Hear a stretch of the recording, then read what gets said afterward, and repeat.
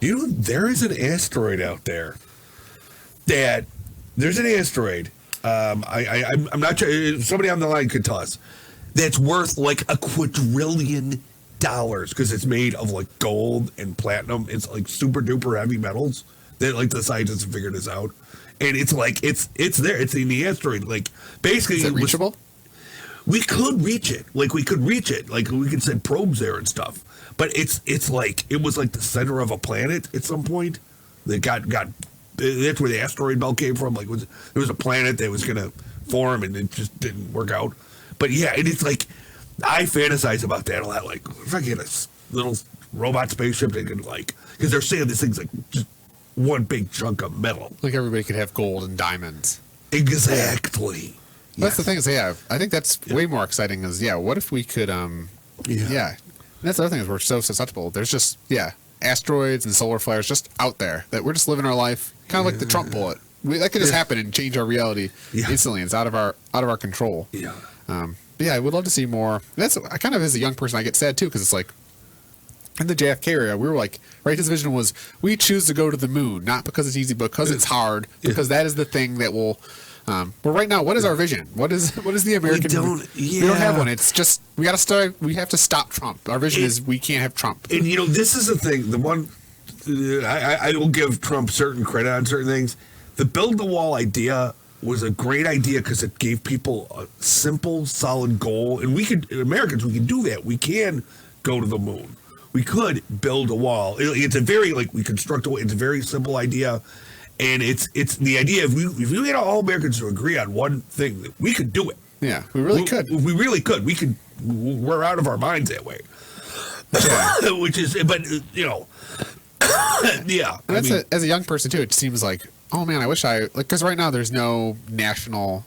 Even Kamala Harris, I was just on her website, and she doesn't have any policy. It's just donate money, save democracy. Yeah. But it's like we, I think Americans too are starving. I think you're right. You could disagree that building a board wall is a bad idea, but at least Trump's saying, let's build something. Right? Yeah. Especially as our healthcare system's deteriorating, our roads, our infrastructure's crumbling. Yeah, let's build something. I don't know what it is, but let's build something because it just seems like I kind of it just seems like a time that must have been exciting to we have a goal. We're going to the moon. We've never done it before. Because even now, I think even just the president saying we're going to go to Mars. I don't know if we can get there, but we're going to set that as that's going to be the national direction. Would be exciting. And I think it would get people. We can start rowing. Rowing towards something. We're not rowing towards anything. The thing is, too, with space exploration, you get side technologies that help you out in ways you don't really even understand. Like we develop computers better. And different things. If we were able to go to Mars, we would develop other things along the way. They're like, whoa. Which I think that's why it's so good. We're going to set a vision of going to Mars. Even if we don't get there, just what we'll learn on the path to getting there and all the technology that we don't even know now.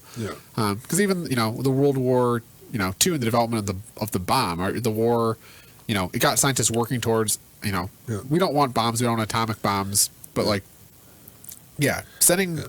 setting a vision. I think even the one thing that was not exciting, but over the pandemic, when we were developing the vaccines, just the way the whole scientific community was getting together, working together, open sourcing research, and it was kind of a moment of saying, oh, we could actually turn the world around on a dime. We could stop pollution if we all just decided right now we're going to do that. But unfortunately, it seems like we need massive tectonic external shifts to get us going there.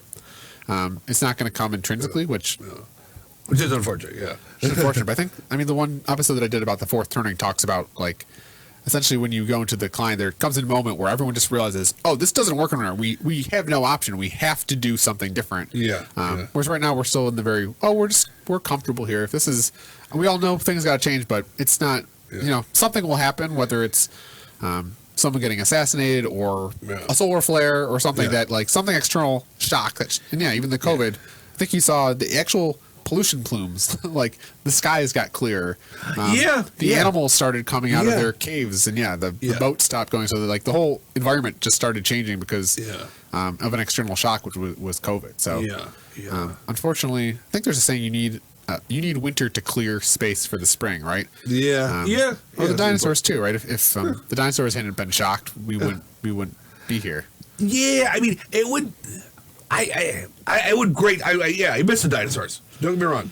Yeah, Great they guys. look Yeah. cute and cuddly on the pictures that I see. They would eat us. They would eat us, and we could evolve. Weren't we basically just hiding in trees until the dinosaurs went away? Yeah, a lot of hiding and burrowing. I think a lot of burrowing animals and hiding Hiding in caves. and being like very like looking like this. You remember we'd always look around like whoa, you know. I mean, that's what I would do if I was just I would either hide in a cave or just hang out in a tree, and then scurry down to get some food, and then go right back up there. There was. Oh, if they were dinosaurs. Yeah, trees would be great. Yeah. That's the thing is like humans we have brain power and we can collaborate in large numbers, but individually we are so weak. We really couldn't take on any animal in the animal kingdom if it was 1v1.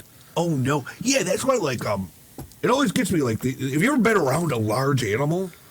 Yeah, Like, they're scary. They're scary, like a bull or something like that, or any other kind of other animal. And they, like in the movies, they have the guy with a sword, he fights a dragon or something. But you wouldn't be able to do that. That's the thing is like we're human beings are good. We're tool makers, right? So I think Steve Jobs had a good quote. If he read this article in Scientific America where somebody studied like locomotion of the animal kingdom, and I think it was the condor that was the most like efficient. But then someone from that article tested a human being on a bicycle, and the human being on a bicycle like was the most efficient animal by far, and it wasn't even close. Cool. So for him, he said that moment was like his like aha moment of like humans are tool builders. So we are ourselves very weak, but we build tools that extrapolate and exponentially increase our potential. So even think of the computer. He said the computer is like a bicycle for your mind. Yeah. So I think that's like right. That's why we are where we are. Is we're tool builders. We're individually weak, but we're good at working together. Yeah. And we build tools that make us way more powerful than we are. Yeah, I could go to a foreign country with this, and I could get a translator app, and I could move around, and crazy. Yeah, I could do all sorts of.